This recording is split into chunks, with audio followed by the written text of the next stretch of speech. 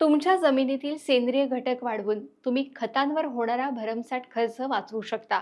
शिवाय अतिशय कमी खर्चात तुमच्याकडे उपलब्ध असलेल्या गोष्टींचा वापर करून तुम्ही तुमच्या जमिनीची सुपीकता वाढवू शकता. जमिनीतील हे सेंद्रिय घटक कसे वाढवायचे याची सोपी पद्धत मी सांगते, पण त्याआधी हॅलो कृषीला फॉलो करा. सर्वात अगोदर जमिनीस अधिक प्रमाणात सेंद्रिय खते किंवा भर खते पुरवणं जमिनीतील सेंद्रिय घटक वाढवण्यासाठी महत्त्वाचं आहे.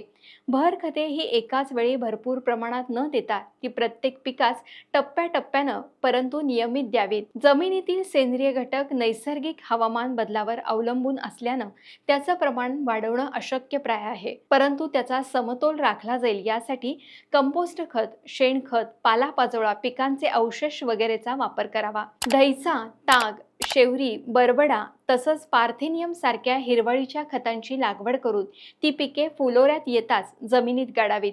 हिरवळीची पिके पेरताना आणि नांगरून टाकताना फॉस्फेटयुक्त खते द्यावीत किंवा हिरवळीचं पीक गाडल्यानंतर घेण्यात येणाऱ्या पिकांच्या स्फुरदाची खत मात्रा हिरवळीच्या खतात द्यावी. कडधान्य वर्गीय गवते उदाहरण टाकळा, तरवड, बरबटा फुलोऱ्यात येण्यास सुरुवात होत असताना अथवा पार्थेनियम सारखी पिके फुलोऱ्यापूर्वी शेतात गाडल्यास त्यापासूनही जमिनीमध्ये सेंद्रिय कर्बाचं प्रमाण वाढवता येतं. सुबाबूळ अथवा गिरीपुष्प यासारखी झाडे सुद्धा बांधावर लावून त्याची 1 मीटरवर वारंवार छाटणी करून त्यांच्या कोवळ्या फांद्या शेतात नुसत्या पसरल्या तरीही त्यांचा तिहेरी फायदा होतो.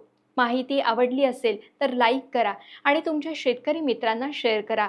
उत्तम दर्जाची खते विकत घेण्यासाठी गुगल प्ले स्टोअरवरून हॅलो कृषी ॲप डाउनलोड करा, कारण इथं तुमच्या पिकाच्या लागवडीपासून ते मार्केटपर्यंत सगळी मदत पुरवली जाते.